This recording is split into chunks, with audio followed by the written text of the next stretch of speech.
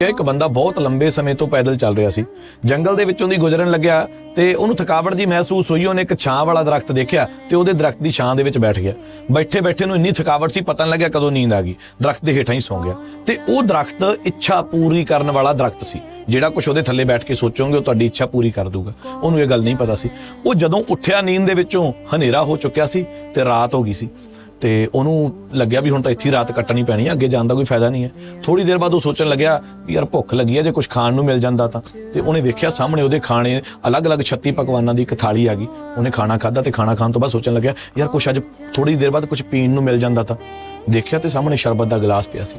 ਉਹਨੇ ਸ਼ਰਬਤ ਪੀ ਲਈ ਤੇ ਸ਼ਰਬਤ ਪੀ ਲਈ, ਥੋੜਾ ਹਨੇਰਾ ਹੋਣ ਲੱਗਿਆ ਤੇ ਉਹ ਸੋਚਣ ਲੱਗ ਗਿਆ ਯਾਰ ਕਿਤੇ ਅੱਜ ਇਸ ਜੰਗਲ ਦੇ ਵਿੱਚ ਕਿਤੇ ਭੂਤ ਤਾਂ ਨਹੀਂ ਆ ਜਾਊਗਾ। ਥੋੜੀ ਦੇਰ ਬਾਅਦ ਉਹਦੇ ਸਾਹਮਣੇ ਭੂਤ ਆ ਗਿਆ। ਭੂਤ ਨੂੰ ਦੇਖ ਕੇ ਉਹ ਸੋਚਣ ਲੱਗਾ ਕਿਤੇ ਭੂਤ ਮੈਨੂੰ ਖਾ ਤਾਂ ਨਹੀਂ ਜਾਊਗਾ। ਉਹ ਭੂਤ ਉਹਨੂੰ ਖਾ ਗਿਆ।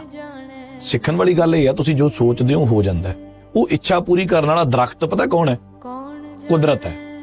ਇਸ ਕੁਦਰਤ ਨੂੰ ਜੇ ਤੁਸੀਂ ਕਹੋਗੇ ਨਾ ਵੀ ਮੈਂ ਜ਼ਿੰਦਗੀ 'ਚ ਕੁਝ ਵੱਡਾ ਕਰਨਾ, ਜੇ ਤੁਸੀਂ ਕਹੋਗੇ ਮੈਂ ਜ਼ਿੰਦਗੀ 'ਚ ਅੱਗੇ ਵਧਣਾ, ਤਾਂ ਕੁਦਰਤ ਆਪਦੀ ਸਾਰੀ ਤਾਕਤ ਲਗਾ ਦੂਗੀ ਤੁਹਾਨੂੰ ਅੱਗੇ ਵਧਾਉਣ ਦੇ ਵਿੱਚ। ਜੇ ਤੁਸੀਂ ਕਹੋਗੇ ਮੈਂ ਬਿਮਾਰ ਹਾਂ, ਮੈਂ ਫੇਲ ਹਾਂ, ਮੈਂ ਡੀਮੋਟੀਵੇਟ ਹਾਂ, ਤਾਂ ਤੁਸੀਂ ਡੀਮੋਟੀਵੇਟ ਹੋ ਜਾਓਗੇ, ਤੁਸੀਂ ਫੇਲ ਹੋ ਜਾਓਗੇ। ਬਗਲਾ ਤੇ ਹੰਸ ਦੋਵੇਂ ਇੱਕੋ ਹੀ ਸਰੋਵਰ ਦੇ ਵਿੱਚ ਰਹਿੰਦੇ ਆ। ਬਗਲਾ ਮੱਛੀਆਂ ਲੱਭਦਾ ਤੇ ਹੰਸ ਮੋਤੀ ਲੱਭਦਾ। ਫਰਕ ਸਿਰਫ ਸੋਚ ਦੇ ਵਿੱਚ ਹੈ।